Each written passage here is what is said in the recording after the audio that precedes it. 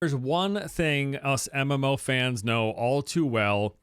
It's disappointment. Frankly, looking back on the last decade of the genre, it's been mostly one letdown after another. We have had a few games stand out from the crowd and make a name for themselves for sure, but otherwise there have been far more failures than successes in this corner of the games industry. Yup. I think Exactly what we were talking about tonight. Like every single new MMO just plummets. No matter how popular it is at the beginning, just absolutely plummets. mostly I'm just disappointed at how stagnant the genre has felt over these last like 10 or so years. So stagnant, in fact, that a bulk of the most popular MMOs today are the exact same ones that were the most popular 15 to 20 years ago. It's like nothing has changed and there's been little advancement, which just blows my mind if I'm being honest. The MMO genre was trucking along through the 90s and early 2000s. We saw quite a lot of diversity in these games with some great advancements from one to the next. Then, of course, World of Warcraft hit the scene in 2004 and broke into the mainstream. Yes, sure, the general public vaguely knew about games like EverQuest prior to that, but that was mostly through news reportings about how evil the game was. But when WoW hit, MMOs finally arrived into the public's consciousness as a thing that people knew lots of other people enjoyed. The genre,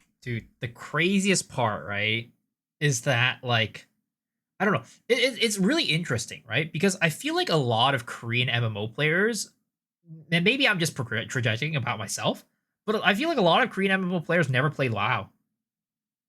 A lot of KMMO players never played WoW before. And maybe that's just me, but I think a lot of people never played WoW who played KMMOs. But at the same time, I always there's a part of me, right? Because I never played WoW, that I always really wish I could have been there.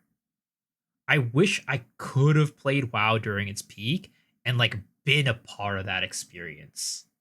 It's back then, right? And even in Soups's reaction today, he was like, "Yeah, back then, right?" He didn't even mention WoW. He's like, most people played at the time. It was RuneScape, MapleStory, or Ragnarok. Those were the MMOs that you played. And that was for me too. My world of MMOs was also those three MMOs. I didn't play WoW. I played RuneScape, I played MapleStory, and I didn't play Ragnarok until the end, but that was the other MMO there. genre continued steaming forward from there. We saw quite a few MMOs released between 2004 and 2010. In fact, I still to this day remember those early to mid 2010s very fondly, when WoW was arguably at the time at its peak and everyone else was looking to grab a portion of that audience. We were getting several new MMOs every single year as a result. This was a great time for me. There were so many MMOs. It's crazy to think about all the really shitty MMOs that came out. Granted, I played a lot of those shitty MMOs and I had a good time, right? But it's you look back on it, there were so many shitty MMOs, and there were so many crap anime MMORPGs that just the most pay to win fucking garbage coming out of Korea at the time. Just yeah, we're free to play MMO. You can just hop in and just play this, right? You hop in there, and it's some low poly, low res ass fucking shit with the worst fucking trash RNG systems and whatever. It was just it was everywhere. It was just you couldn't walk through the internet without finding an MMO. It was crazy. FlyFF and Rose, yeah, no, I didn't play Rose. I played FlyFF, right? I played FlyFF. I played Luna Online, Wonder King, Dragonica, Seal Online, Ace Online, fucking Perfect World. Played I couldn't play Aeon because my computer would fucking die at the time. But it was had some Dragon Gem fucking game, fucking Lunia or some shit, Latail, literally everything. There was so much there's so many MMOs around at the time. It was just insane. Me personally, I mean, sure, all of these games were not bangers. I'm not looking back with rose-tinted glasses here. They weren't all great, and most of them didn't stick around, but there were a few gems in there that I thoroughly enjoyed. For example, in 2010, we had Dragon Nest and Vindictus. Oh my god, I could not play either of these games. My computer would explode. But I was so excited for Dragon Nest though. I remember me and my friend, I had this buddy who I played Ace Online with. His name was Espada, right? And we were just like talking about how we wanted to play Dragon Nest so much. And then when the game actually came out, I was like, I'm sorry, dude, I can't play this game. I can't run it. My computer is blowing up, right? So he ended up like playing the game by himself. And then like probably like a year later, right? He like messaged me on Facebook because I added on Facebook at the time. And he's like, yo, dude, how could you do this to me? You ditched me back in the day. I'm still playing this garbage game today, but you weren't here this entire time. Facebook, yeah. It's like it was so funny. I just couldn't play it. I couldn't play Vindictus or Dragon Nest because my computer sucked. But I feel like Dragon Nest, a lot of people did enjoy that game a lot. They enjoyed the shit out of that game, and I do still regret not being able to play that game at its peak too. Always abandoning everyone. No, no, no. Not. It wasn't. It was on purpose. It wasn't on purpose. Both games I had a lot of fun playing. Then in 2011, we saw the release of Rift, DCUO, Star Wars: The Old Republic, and Terra. These I were played some most of those as well. classics. In 2012, we got Guild Wars 2, which is a game I still play to this day, as well as The Secret Damn. World, another game that really. Okay, so here's the thing about Guild Wars 2. I remember Guild Wars 2 was like the biggest MMO at the time. Or rather, so Guild Wars 1, right, was like a really popular MMO. And everybody was like, yo, Guild Wars 1 is such a good MMO, right? I never got into it because I never played it during its peak because it was a paid game. You had to buy Guild Wars.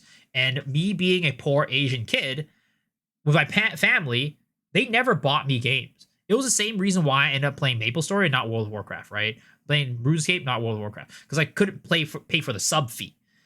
And that's why I couldn't play Guild Wars, because I couldn't buy the box price. So what ended up happening was I heard Guild Wars 2 was coming out, and I was so excited. And all of my friends were like, yo, let's fucking jump into this game. Let's play Guild Wars. It's gonna be so good. I played it for like a week and kind of dropped it. I don't know why, considering you guys are saying like Guild Wars 2 was like one of the like best MMOs, or like, you know, one of the better MMOs, and you know, Force Gaming himself says that he still plays it to this day. I don't know why I dropped off that game so hard. I really don't know. Was it just like not good on release? Because I don't remember. At launch, Guild Wars 2 was sus. I see. Guild Wars 1 was still the best MMO you ever played. Launch was terrible. Okay. But yeah, and it sucks that that's the case, right? And I feel like for me, I was so excited to play the game, and then I just never got to play the game that much. I bought it, I played it, but just never got that deep into it. I feel like if MMO launches and 10 out of 10 players just won't stay. I mean, even if an MMO is 10 out of 10 launch though, right? Like, technically Lost Ark was kind of like a 10 out of 10 launch, right? In many cases. Like, I mean, the game was really, really good. But then they kind of fucked it up along the lines with like Argos, right? It really did. But I still think that even if like they didn't fuck up all this time, I do think Lost Ark would probably be like a 50,000 player base game right now. Do you not remember when Ark used? Yeah, but the thing is, the player base still stuck around the entire time. They still played a ton. I think at least that there just has like MMOs just aren't doing well. It's like weird. No matter how popular an MMO is, because like there's a huge, everybody wants a new MMO. Everybody wants a new MMO. And whenever that new MMO does come out, it just dies. New World was ugly, that's why your friends didn't play it. But it was a successful launch. It was like 800,000 players or something like that. Plus the gold dupes exploit. Yeah, I mean, there were problems, right? But like, that's what I mean. Like, it doesn't have to be like a 10 out of 10 launch. Like, even if it is a 10 out of 10 launch, like, one, I think companies fuck it up. But also two, like, the thing is, like, I'm gonna be honest, right? Companies, there's always this thing where it's not about preventing mistakes from happening, because mistakes will inevitably happen. It's about how you deal with those mistakes and recover from it. And I don't think a lot of times these companies have done a very good job of doing that. But at the same time, I also think that MMOs are just a niche game. It's a niche game type. And there's only a certain amount of people that actually enjoy MMOs. A lot of people get in on the hype of MMOs and want to play it because, again, they think about like the nostalgia they had back in the day, / like hearing about WoW and like the big like cultural influence it had. But like when it comes down to the nitty gritty, I don't think most people are ready for the grind that MMOs have at the end game. Innovated and brought something fresh to the genre. 2013, we had Defiance. That was a lot of fun. Marvel Heroes and Neverwinter, which I absolutely loved, besides the cash shop. Then, of course, there was old school RuneScape, and then Final Fantasy XIV saw A Realm Reborn that year. And then in 2014, holy crap, what a year that was, with the Archage beta, unarguably the best iteration of that game. There was I never got to play Archage. And again, I think it's because, what was it, 2014? I think my laptop couldn't handle it. Guys, I needed to stop being so poor. I need to be able to buy things. I need to be able to buy hardware. I was a poor college student. Like, how could you blame me? I bought a laptop for my 4 years of college.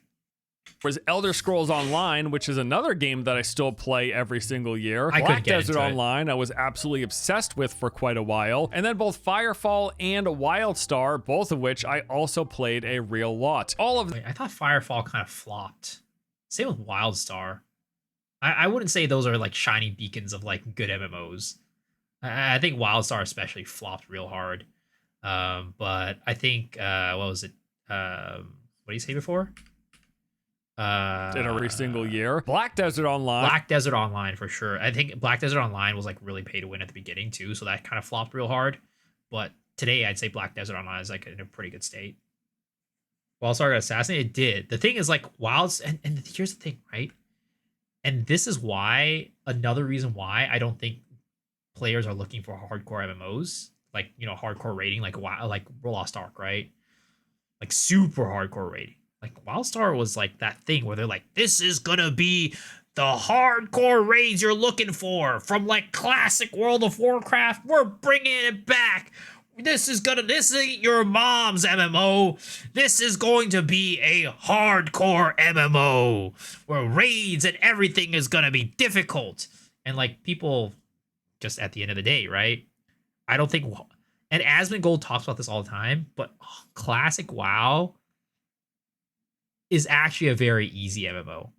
The raids in classic WoW had like one mechanic to them. And it wasn't even actually that hard. So people didn't actually even want hard MMOs. I don't know. I never played classic WoW raids, but that according to Asmon, he says that classic WoW raids are like super easy. And there really was only one mechanic in every fight. Some fights had 2 mechs. All knowledge checks. Yeah, I mean, I guess, and if this all knowledge checks, right? It makes sense why WoW was hard back then. Because like we were in a world where we were a little bit less interconnected. And like information was not as readily as available, right? So it's like the difficulty of the raids didn't come from execution. It was from like knowing what to do in the raids. Whereas when Wildstar was out, right? Or when they brought in Wildstar, I think it wasn't as much of that. It was more of like, this raid is actually fucking difficult. And that's one of the reasons why it's flopped, right? And again, my argument for why, one of the reasons why Lost Ark doesn't do that well, especially in the West. Because people in the West suck at, like, they don't like hard games.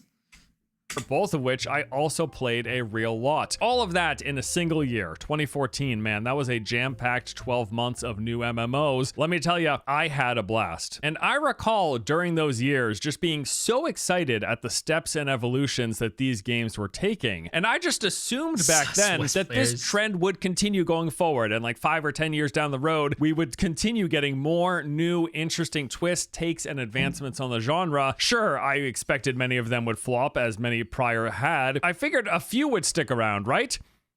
Right? But no, that's not what happened. There has been a handful of new MMOs Clash in like of the past Clans. decade that have done decently well, but most of them have. Oh, Albion Online is actually an example of an MMO that's doing well, right? I think they've actually been going up in player base as well. Maybe I feel like I should give this game another chance one of these days. I don't know. Like, we got Albion Online that launched in 2017, and that's actually still going quite strong. It's a contender in the top 10 of this genre. But beyond that, I mean, I guess in 2021 we had New World, which showed a lot of potential, and it was fun for about a week or two. And then in 2022, yeah, we got Lost Ark, which was also fun for about a week or two, Rest up until you hit the pay-to-wall that 07. kicked in at Endgame. And I mean, that's kind of everything. It literally, like, there's 3 new MMOs that are even remotely noteworthy over the course of these past 10 years. So yeah, I'm a bit disappointed, to say the least. And when I look at the next decade of upcoming MMOs, at least the ones that we know about that are currently in development, I gotta be honest, I'm seeing a lot of games here that are unlikely to break this trend. But there are some that have me at least a little hopeful, and that is what I want to focus on for the rest of this video. Enough of the doom and gloom. Let's talk about the MMOs that I think have the best chance of actual success and any longevity, at least for me personally, but also like thinking about mainstream. Are any of these games in the next 10 years gonna get into that top 10 list of the most popular MMOs being played by a wider audience? We'll see. Just a heads up though, this list is fairly short in terms of the number of games. Okay, so let's start off with the traditional MMO RPGs. These are games that are more or less following the gold standard of the genre compared to the MMO lights or the shared world games. I'm gonna be honest though, I don't know if the gold standard works anymore. I really don't. We've had this conversation this entire night. I just don't think the gold standard works anymore. I think the traditional MMO is dead. I'm sorry. It really just is. What's the gold standard? Like more of like a traditional MMORPG, I guess. That's like open world, huge open world, sandbox, and like, you know, all that.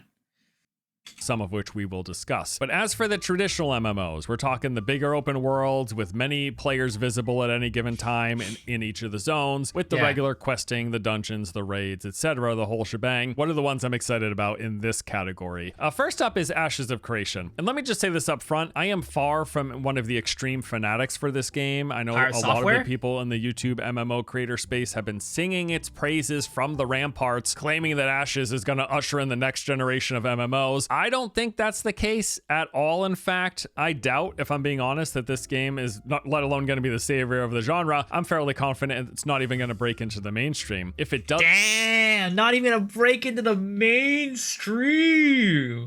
Holy! I mean, I'll be honest. I can't say I don't agree with him. I think like there's a lot of aspects where it's like, I think there's like a lot of expectation from this, right? For what? Actually, I think it's mixed. But I think like any game that has just like open world PvP where people just like fucking get ganked out of nowhere and shit like that, could like it definitely caters to a certain audience. And I think like if you want to go mainstream, you can't cater to that audience, unfortunately. Ooh, the Oculus Manager.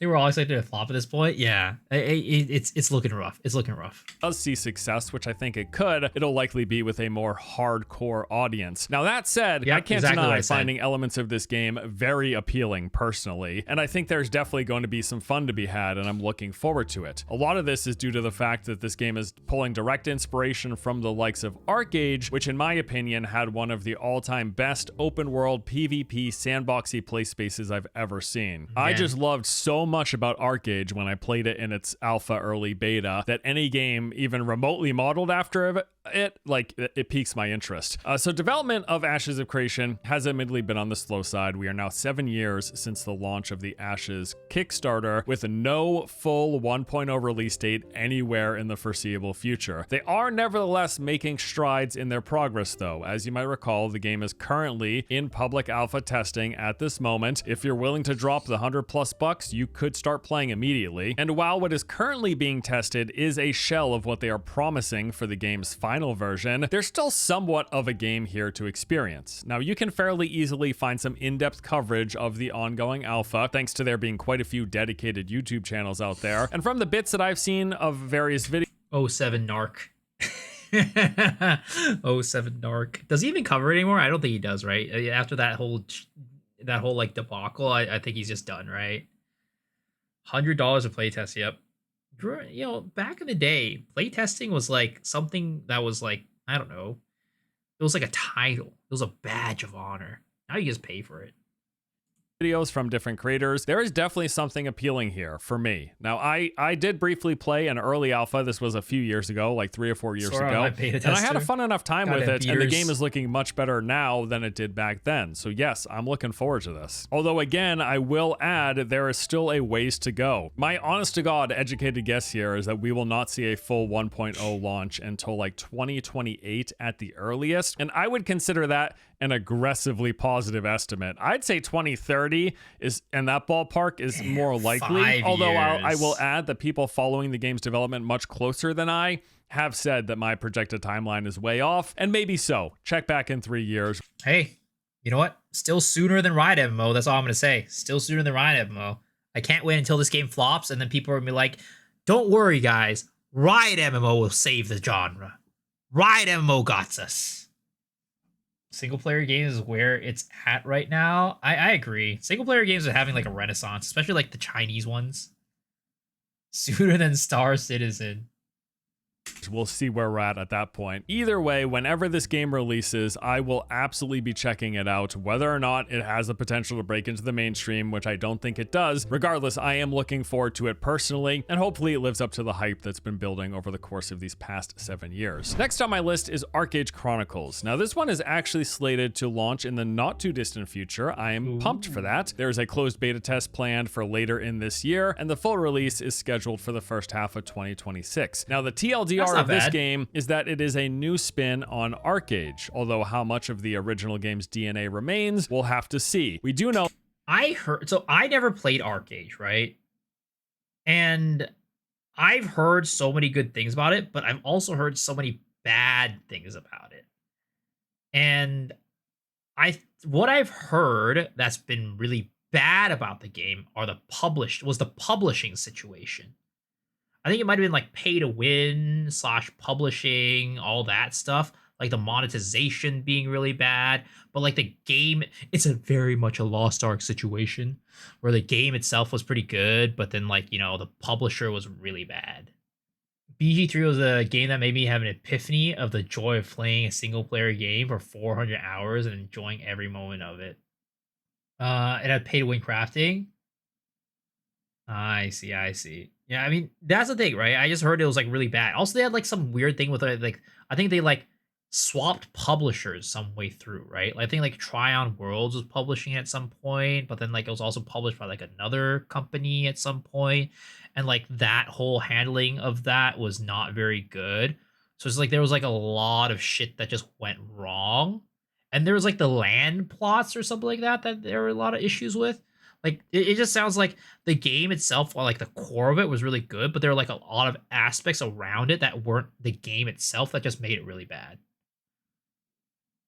That there are a few big changes for starters. So the combat is now action, replacing the original's tab target. The developer has stated that their goal here is to deliver combat that rivals that of single-player action games in terms of its responsiveness and the gameplay feel. There's going to be a larger focus on PvE content. In particular, it looks like we'll be getting much more in the way of traditional MMO dungeons and raids, which the first game did have some of, but it was far from the focus. They're also putting less emphasis on the open world PvP with instance PvP taking priority. And we know that housing is no longer going to be fully open world. Instead, they'll be going with instance player houses in specific areas, which means no more land grab at the fresh start of servers, which may actually be a positive change. Now, beyond those things, it does appear that at least some portion of what I loved about the original Archage is going to be present. We're going to have the fully seamless open world. There'll be the variety of traversal options with gliders, boats, and scheduled carts that take you from one place to the next. There will be trade pack runs and caravans, which brings a whole lot of interesting gameplay, and while not emphasized, it does look like there will at least be some areas that have open world PvP. The things that we're still unsure of include whether or not they're going to have the similar crime and trial system where you can commit crimes like stealing other players' crops, and if you get caught, could be thrown in jail and brought before a jury of other players. If they're going to use a similar class system where you select from multiple trees, each based on traditional RPG roles and playstyles, with correspondingly themed skills like there's a tank tree, a brawler, a rogue, a ranger, a healer, etc. And then you pick the 3 you want, and that 3 combination determines your class. In total, that original game had 220 potential combinations and individually named classes, which was really sick. Cool. And we also are unsure really of whether sick. or not they're going to have any of the original game's sandbox elements, like the fact that you can plant trees, herbs, and other crops literally anywhere in the world, and then like tend to it and watch it grow and then harvest it when it's ready, which was really cool. Now, however any of those specifics shake out, I am nevertheless hopeful for this game, with the main caveat that I expect monetization to not be great. Yes. And oh my God, that's why I will never, ever anymore put hope in a Korean MMO. I'm sorry, guys. I will never, ever anymore just be like, guys, this is going to be the next big thing. This MMO is going to be like the next best thing. Like, you guys don't understand. Like, it does so well in Korea. Like, just looking at it, the players love it. It's so amazing. Like, I will never put my faith in it ever again. Like, again, I personally, like I said in my video, don't mind pay to win at all. I don't care if you fucking put in $100,000 of your paychecks, your fucking savings, your life savings, right? And get like the strongest character in the game. I don't care. You can do that all you want.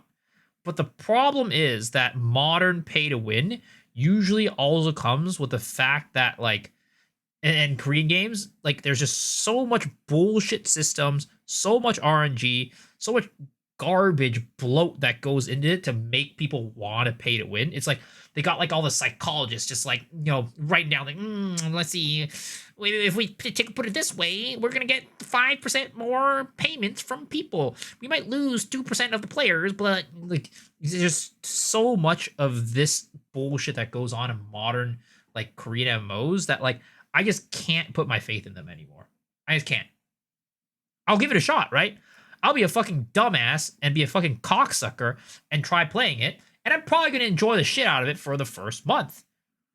But then, like, I need to be like, you know, okay, we gotta be smarter. We gotta look. We gotta see deeper into the future, and like actually look at the roots and not get like in this honeymoon phase and just think that it's like, oh my God, they're gonna totally fix these problems and shit. Like, it's just not gonna happen. It's just not gonna happen. Just do what PoE does with an MTX shop that's actually good and not predatory. Yeah, I agree. But most of these MMOs don't, because it's just not like the Korean MMOs don't think about that. Because Korean culture isn't like that, for one. Like, they don't care about it as much. But two, like, they're just, you know, trying to crunch those numbers min-max. Min-max, man. Yep, shit eaters. Seeing Lost Ark for reach top 4 in gross income on Steam after they reach a new cash grab bundle, gotta blame the community. I mean, at some point, yes. I think so. I agree. For the first 8K hours, value of whaling depreciates with the player population too. KR games are doomed in the West. Literal loot goblins for KR Corporal. Yeah. That's why I just can't. I don't know. I'm just so skeptical about KR MMOs now. Like, I'm back in the day, I was a little bit more. I wasn't. Maybe it's just because, like, I don't know. I never got into like the community of MMOs that deep, as deep as I did now, because I'm a content creator, right? Like, back then, I was just in my little bubble and I didn't care about what the rest of the community felt, and I just kind of stopped playing it when I got bored of it, right? It wasn't because of like the monetization, it wasn't because of any of these things. But like, because I'm like streaming now and because I'm like doing all these things, I'm like ingrained in the communities. And as a result, I see like what this shit does to the community. And like, yeah, it's never good playing a game that's dying. Bright-eyed, bushy-tailed. Yep. I'm hoping at best in this regard that they avoid selling power or convenience and just keep it to cosmetics. Although Nope, I'm really not not happening. holding my breath. Not happening. We may very well, at the very least, get convenience sales, if not Yep, outright 100%. power. Either way, the trailers have been enticing. A new iteration of Archage is something I'm looking forward to. I will definitely give this game a go. And also on the plus side, it's coming out somewhat soon, which is great. Moving on to the third and final of the traditional MMORPGs on my list is Chrono Odyssey, which as of today is scheduled to release very soon. They've got closed beta testing planned to take place in the next couple of months here, with a full release scheduled for quarter 4 of this year. That is right. We should be playing this in 2025. Apparently. Is this Korean? This looks Korean. If you guys say yes, I'm skipping. Yes, apparently. Right, now, Chrono Odyssey is let's get the fuck out of here. Open world MMO. The game's gonna have real-time action combat with all of the basic attack, defense, and dodge mechanics. It's also gonna have weapon swapping, which I know can be quite divisive. A lot of people hate this. I don't mind it so much. But one interesting note here is that not only will this weapon swapping mean changing your skill bars, but apparently they're gonna let you alternate holding weapons in one or both hands, kind of along the lines of how it works. I mean, in again, it looks games, so where good. You can alternate from it looks so having good. it in one hand or wielding it in both hands, and then having one hand in an offhand, which sounds like it could be really cool. They've got 6 confirmed classes, each come with 2 weapon specializations. There's the swordsman, the paladin, the sorcerer, the berserker, the assassin, and the ranger. They also have a rather unique mechanic where every character has access to this ability I think it looks good. Chrono. This allows you to freeze time, rewind events, and even explore other timelines. Now, they've not really provided specifics as to how this is going to be implemented in game, but it's probably going to be along the lines of like time rewind, how it works for mages in WoW, where you can go back 5 or so seconds to the literal character position, health, and mana that you had at the time. Or maybe they're going to have like a sphere of influence where there's this bubble area in which time goes backwards or projectiles get slowed. I don't know. We'll see how it works. Beyond those things, we also know that Chrono Odyssey is going to feature an open world with seamless exploration between zones. Guys, you know, I think I know what it is. I think I know what it is. We need China to come in and make an MMO. We need a China MMO to come in and steal all my data, but make me very, very happy about playing it. Fuck grindy. Let's do. Well, the thing is, I feel like at least like they have made some like. The thing is, like, I think they have kind of adapted their, I guess, the way that they've made games and made it for more of a Western audience as of late. That's what I feel recently. Because, like, they have opportunities with these games that they're making to make them predatory, but they don't. Even because you can even make single-player games predatory. You really can. There's one China MMO that's only available in China right now. Well, that's the difference, right? If it's only available in China, 100% that shit's going to be pay to win as fuck. But if they decide they want to take it beyond China to global, I think there is a real chance that shit fucking slaps. Also be good to my Skyrim character. Marvel Rivals is a big chart. Exactly, right?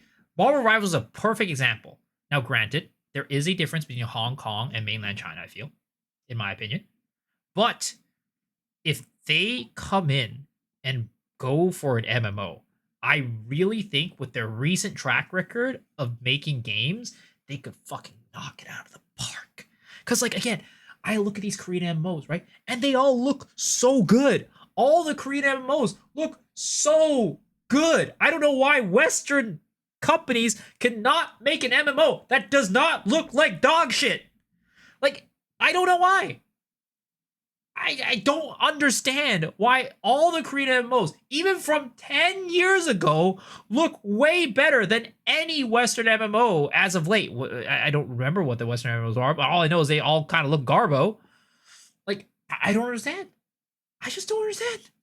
I'm gonna sound like a nitpicky asshole saying this, but this guy making a WoW reference to spell that doesn't exist anymore, but giving the wrong name makes me think he doesn't do that good research. I don't know. I feel like Force Gaming is usually pretty good. But maybe he just hasn't played WoW in a while, you know? Western companies know that shit will flop after a month and we care more about profits. Why would any studio put so much effort in MMO and make 10% of the money that Gacha Genshin generate? Yeah, I mean, I guess.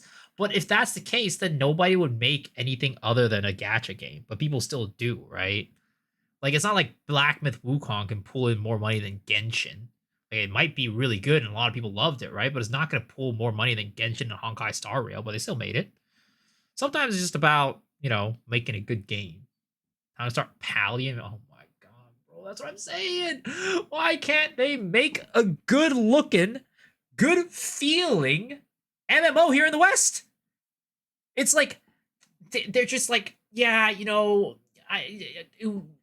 we have systems that are friendly for the Western players, but they're just all going to be, like, the game itself is just going to be shit. It's going to be shit. This is your savior, Chrono Odyssey. Well, we were just looking at that. Chrono Odyssey is a Korean game. It's a Korea game. It's going to be pay to win as fuck, 100%. I think in general, Korean MMOs just, like, look and feel so much better to play than the fucking Western MMOs. It's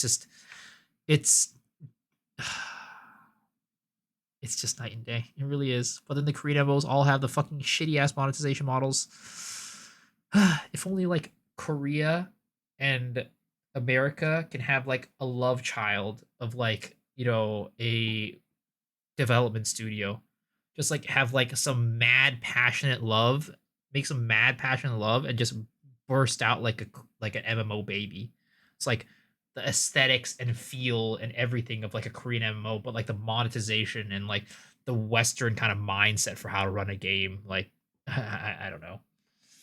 We do want the anime booba. That's a big part of it. Big part of it. Like, 2 big parts of it. They've got a weather and dynamic seasons that will take place. There will be open field events that they say hundreds of players can participate in. We'll also have world bosses, random procedurally generated dungeons, and large-scale realm versus realm battles, which is another way to say big group PvP. So the trailers that they've released look good, although they're clearly not representative of actual gameplay, right? I mean, this is not real gameplay here. Although, again, it is a fairly decent looking and sounding traditional MMO, and it is coming out soon. I will say, though, similar to Archage Chronicles, I'm basically expecting the worst when it comes to monetization here, though I would love to be surprised. I'm not expecting to be. Still, either way, I'm looking forward to kicking the tires. God damn, that's a badass pitch right there. Around the block. Best I hope for is that it's fun for at least a few weeks to a month. Now, in terms of traditional MMOs currently in development that we know of and are going to be launching anytime soon, that basically does it. Like, those are the three that I'm actually excited for. However, there are a few MMO lights that I'm also quite keen on, and I think deserve a mention here. Soulframe. This is the next game from Warframe developer Digital Extremes. I'm looking forward to this one. And although bare bones in its current... This is actually one that I would say does look good. It looks like it plays well and, like, could be potentially decent.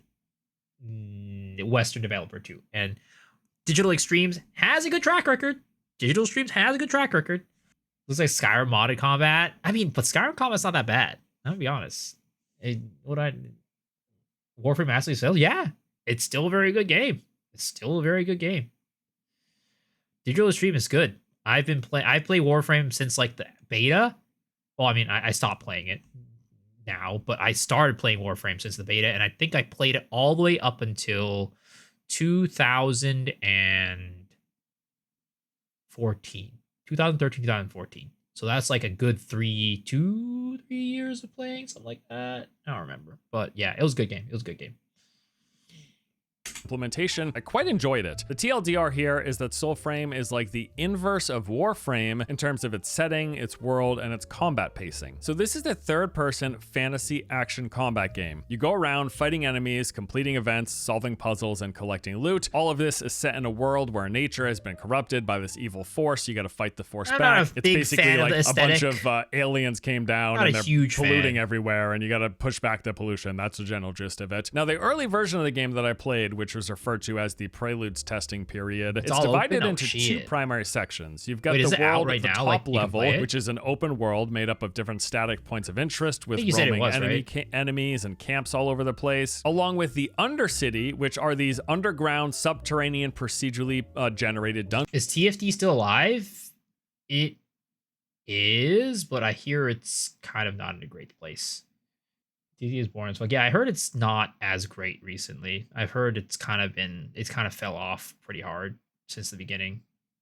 dungeons. And the game has you bouncing between these two areas. You're going to spend some time moving around the open world, visiting points of interest, fighting groups of enemies, collecting loot, and doing objectives, after which you're eventually directed into one of several underground dungeon entrances. You go in, you move through its various hallways, which are placed together procedurally, clearing enemies, solving the occasional puzzle, collecting loot, and then eventually you find your way to the exit, emerging back into the open world. Rinse and repeat, like that is the core loop of the game. Open world exploration, doing stuff, go into a dungeon, move through the procedural place rooms, I mean, it sounds and like hallways, Skyrim, to be honest. leave back into the open world, and up and down you go. You do this over and over and over again, with the primary motivation being power progression, as doing the aforementioned activities grants you experience, leveling up your character, your class, and your weapons, while you also accumulate resources and currency that are used for crafting new weapons and armor. That open world, come release, by the way, is going to be a shared space, from what I gather, where you will see other people running around. Sounds like Diablo. From what I understand, this should be along the lines of what they do in games like Destiny, where you will inhabit instances of these open world zones, and other players will be coming and going. And then, of course, you can group up with people, you can invite your friends, but yeah, you'll see other people in this shared play space. And that's basically the gist of it. I don't know. I feel like it's too traditional of a format. It just feels very traditional. And like we were discussing, I don't think traditional works anymore. Mecha MMORPG, yeah, that'll be great. Fucking Mecha Break, but MMORPG, sure, I'm down. This shit won't be famous among Gen Z. It definitely will not. This looks like an old man's game. This looked like if, like, I don't know. Basically, like, I feel like Soulframe looks like a game that, like, will be popular amongst men who are, like, balding / like white hairs all over their chin. That type of, like, you know, that type of audience is what I would expect this game to be popular with. Even just this early iteration, I really like. I love the out. world, the lighting and environments look great. There's a lot of cool puzzles and secret rooms and mini games. NPCs in the game have a ton of character. I liked all of them, but my favorites were probably Verminia, the blacksmith, and then this little sprout creature, which is super cute. There are some early concerns, the number one of which is probably the combat. Definitely still needs a lot of work. It's quite floaty. It doesn't have a lot of impact to it. Enemies barely react half the time that you hit them, so they need to really hone in and focus on improving this. The game was also incredibly easy with almost no challenge whatsoever. Pretty much everything was face roll, and there wasn't a ton of content, but you know, it's a pre-alpha build that I was playing, so I wasn't expecting that. That said, it's still very early days, and as a baseline, I really like this. I'm not even sure if they're going to be entering early access this year, but whenever this comes out, I am playing it 1000%. I mean, I'll try I already it for sure. really enjoy the basic skeletal framework they have. I can't wait to see them flesh it out even more. Dune Awakening. I have talked about this game a lot, maybe too much, but I don't care because despite any early concerns, I can't wait to play this. As a big WC Vibes, thanks for the follow. Appreciate it, man. fan of both survival games and MMOs, this is just right in my wheelhouse. And even if the combat is a janky mess like it might be, and the servers are a total disaster as they probably will be, I'll be playing the hell out of this game when it comes out regardless. In fact, I'm so pumped. I can't believe I think it's based on the movie. Yeah. Now, if you somehow haven't seen any of my prior coverage, I will give you a basic rundown, but there are timestamps below if you are sick and tired of hearing me talk about this game. I totally understand, all right? So Dune Awakening. This is an open world sandbox survival crafting MMO. It's being developed by Funcom.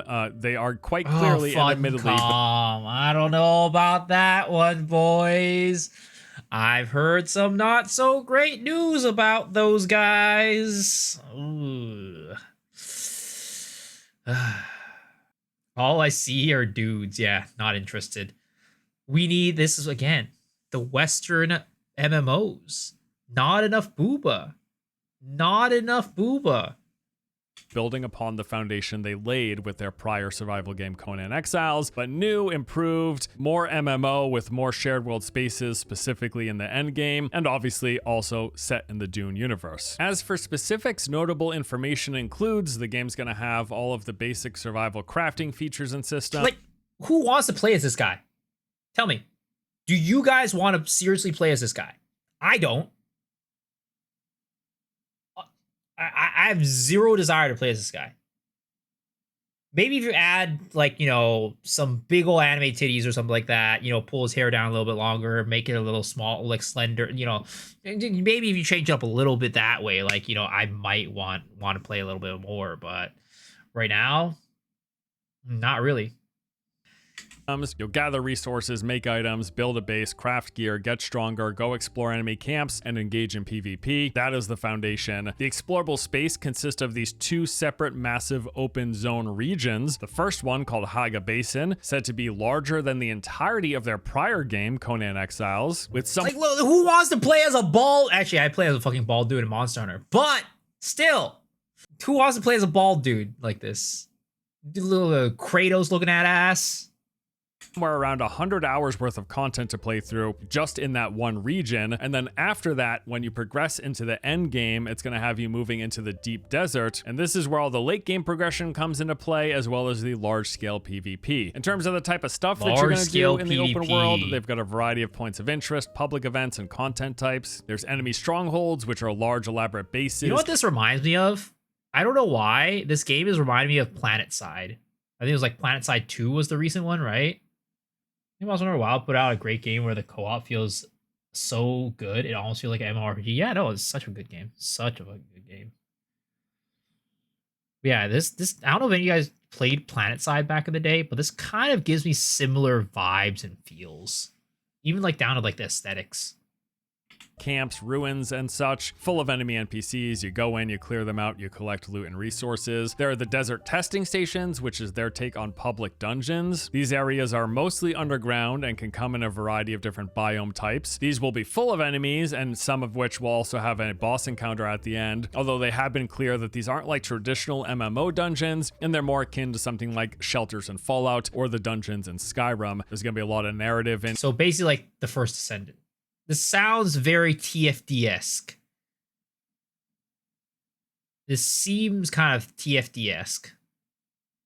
Here, you're going to find things like data pads and audio logs giving you detailed lore background to that area. And the bosses are just going to be like tougher variations of basic enemies rather than like bosses in a World of Warcraft dungeon, for example. We've got events such as these crashed ships where you're going to see a ship falling from the sky, crashing onto the planet. If you go over there, you can scavenge for its resources. There's this police force at night where the security ships will scan the planet looking for players. If you get spotted, they call troops to your location. There's the sandworm, which is an ever-present threat. If you spend too much time on the sand, if you make too much vibration, the worm's gonna get summoned forward and chase you around, and it will kill you if it catches up to you. They got player hubs with these major towns that are full of vendors, quest NPCs, other players, as well as a marketplace where you can buy and sell items. And then the end game is that region of the deep desert, which is this massive expansive zone made up mostly of sand, but with rock islands dotted all throughout. Guilds of players will be headed here in search of large quantities of spice, which is a main resource and currency for the endgame crafting and progression. And then in that region is where this large-scale PvP conflict will take place. What they have referred to as combined arms, which is like sort of like a battlefield or planet-side experience where you've got tons of players all mixed in a variety of combat with ranged and melee weapons. There will be ground and air vehicles, artillery, that whole thing, just big-scale chaos. Again, think battlefield or planet-side. That's what they're saying they're going to deliver on with the big group PvP in the end game. And that is the basic rundown of the game's combat and features. Now, like I said, survival game plus MMO in a shared world, two of my favorite genres smashed into one. I'm just so pumped for this. Now, if you hated Conan Exiles, if you think that is a garbage game, you're probably best on avoiding this. But for me, I'm really excited to dive in. Also, this is like the only game on this in this video with a set release date, as Dune Awakening is set to launch in May 20th, 2025. I'll be playing it soon. Maybe I'll see you there. Another MMO light that I wanted to talk about, and I'll admit that I might be pushing the boundaries, including this here, but I want to mention Light No Fire. Yeah, here's the thing. They're promising a massive, true-to-life, real-world size planet in a fantasy setting with other players inhabiting that same space, which is all very cool in theory. Of course, this comes with a disclaimer that, hey, Hello Games' last title did not fully deliver on all of their pre-release promises, but also they've got over 7 years of consistent free updates that they've added to that game to the point where it is widely considered quite good. No Man's Sky is one of those titles that's like quietly super popular with a large dedicated— Oh wait, is this made by No Man's Sky people? I mean, He said that it's not really like that MMO-y, so I don't know. But I mean, if it's made by No Man's Sky people, I don't know. It seems like it's worth playing. Yozo Elf, how's it going, man? If it's anything like No Man's Sky, it has nothing to do with MMO genre. Yeah, I don't know if it's gonna be MMO. It doesn't seem like it's an MMO. Like he said, it's like pushing it. But like, if it's No Man's Sky esque, right, or made by the people named No Man's Sky, I think it's at least worth a checkout, like, and playing. Might probably not gonna give you the MMO feels and the MMO vibes, right? It's not gonna scratch the same itch, but I think it'll be a good game. Might be the only good game on the list. Fan base, and they seem to be doing very well for themselves. So as for details here about Light No Fire, they said it's more ambitious than No Man's Sky, despite taking place on a single planet. Their goal is to deliver a lot. Oh god, that actually does not give me good vibes. I mean, we all know what happened with No Man's Sky, right? The beginning, it was like, the game to end all games. This is gonna be the biggest game ever. And then it kind of ended up shit. Like, granted, they fixed it. They made it a lot better, right? But, like, if they say it's gonna be more ambitious than No Man's Sky, I hope that they have taken all their lessons that they've learned and are going to make a good game. Where is the Earth simulators? See if we segregate the population on a new... Oh my god. More depth and detail in that explorable space and say it should feel less shallow. They claim to have built a game that is Earth-sized, an entire planet with a lot of various places to visit, mile-high mountains from on the top of which you're going to see rivers, canyons, oceans, and continents beyond, all of which can be traversed to and explored. Sean called Light No Fire the first, quote, real open world, something without boundaries, with us getting some glimpses of that in the trailer. It was also said... That's always the thing. You see that mountain there? You can go there. Like, that's always been like the open world promise. Like, oh, it's no bound. I don't know, man. There's been so many of this like buzzword, like fucking bullshit that's like happened over the years that I just don't believe it anymore. I'll believe it when I see it type of situation. You know, New World's like, exactly. It's like, I'll believe it when I see it, man. It's so many like empty promises over the years that's like exaggerated to make like, you know, the game sound amazing, sell well initially. You go in there, it's a fucking empty husk. Fucking, I don't know, man. People too corporate, exactly. That they're going to let everyone play together, alluding to this being a big shared space. But because it's so big, you're not actually likely to see everybody. You will come across other people. Now, they also promised that in No Man's Sky and weren't able to deliver on it at launch. But it is now the case that you regularly see other people in that game. So I'm fairly confident that they are actually going to do what they say they're doing here. And then finally, they say they want to bring the depth of a role-playing game to the freedom of a survival sandbox with Light No Fire. And while the focus of the reveal centers on the scope of the planet, the final game is going to have a lot more traditional RPG features with character creation, going through a sprawling fantasy story, a lot of gear and progression systems, a large variety of enemies, bosses, and so on. Now, I know I'm not alone in thinking this could be something special. I think probably my biggest hope, though, is that they can really have a lot more depth and way more interesting combat than No Man's Sky had. And if they can deliver on that in this fantasy shared world that they're pitching, I mean, it could be unreal. Now, Light No Fire doesn't have a release date at the moment, maybe late 2025, but I'm guessing it'll be sometime in 2026 at the earliest. Now, beyond those games, reality is at the moment, my largest hope for a new great, like traditional MMORPG mostly comes from games that are way far off and we know little to nothing about. Of course, that list includes the League of Legends based MMO coming from Riot, the ZeniMax Online Studios, they have a new IP, the same developers of ESO. There's that new Ghost MMO from Ghostcrawler, and then Sony reportedly still has one of their two Horizon MMOs in development, one of which was canceled, but apparently the second one is still coming from Guerrilla, as far as we know. And the reason for my interest in these games is that they have... Meanwhile, China is coming out with their like Horizons fucking MMO Pal World looking ass game too.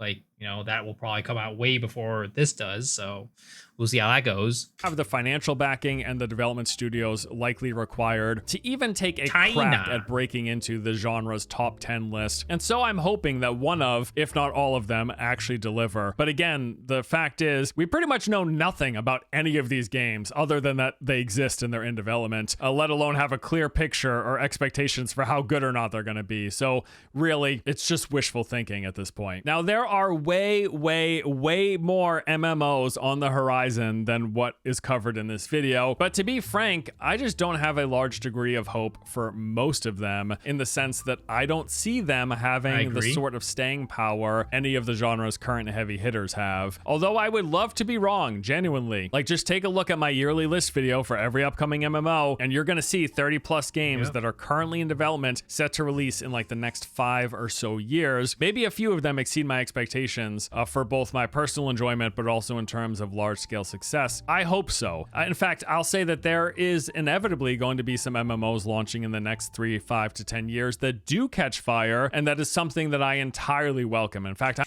Copium. They'll catch fire and they'll burn real quick. That's all I'm gonna say. I've just seen this way too much recently. Oh my god. I don't know. Maybe I'm just too negative. Maybe I'm just too, I don't know. I've been burned too many times, but like most of these MMOs, like I just don't see it. I don't see it. We'll see.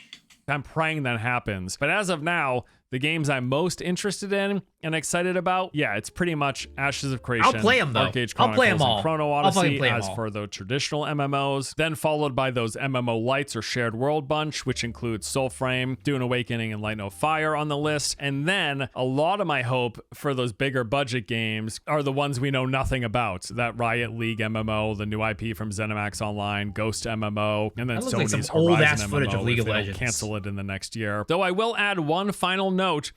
My pipe dream that I mentioned in the recent Monster Hunter Wilds review is that I would just lose my mind if we ever got an MMO version of that sort of game. Imagine the depth of the combat system and the boss fights in a Monster Hunter game, Dude, but in a yeah, fully Monster seamless MMO? open world Didn't they have with one other in China or players something and like that? things like dungeons and raids and enemy camps that You know you the go paradigm? after. Like, it would be Miss so Lost cool. Ark? Or even just I mean, I like an still play MMO it. version of a game like Elden Ring. My God, I would lose my mind. The premise is so appealing to me. I just don't know if it's like technically feasible. At least no one's delivered on that sort of a concept as of today. Well, that And they had like a Monster Hunter-esque game, not like Monster Hunter, but like they had Dauntless, right? But I don't think that's very popular. Like I really wonder what keeps MMOs. Like it's probably technology, right? Is my guess that they can't get MMOs that are that fluid in combat in an actual MMO setting. Probably because of like latency and like tick rates and all these things that prevent that from happening.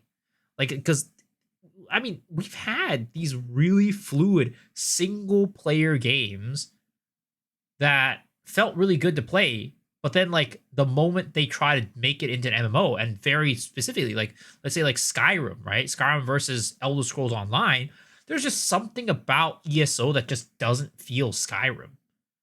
Like I think it has to be like technology that prevents these games from actually feeling as good as their single player counterparts. So I don't know. I don't know if they ever make anything like that. That does it for this video. A look at the upcoming MMOs that I'm actually excited for. If you think I shortchanged any game, any upcoming MMO or shared world game that you are personally very interested in, an upcoming MMO that you think deserves to be on this list, tell me why below, because I am all for getting hyped and excited for something new. So let me know if I miss something that you think deserves to be here. But that just about does it for today.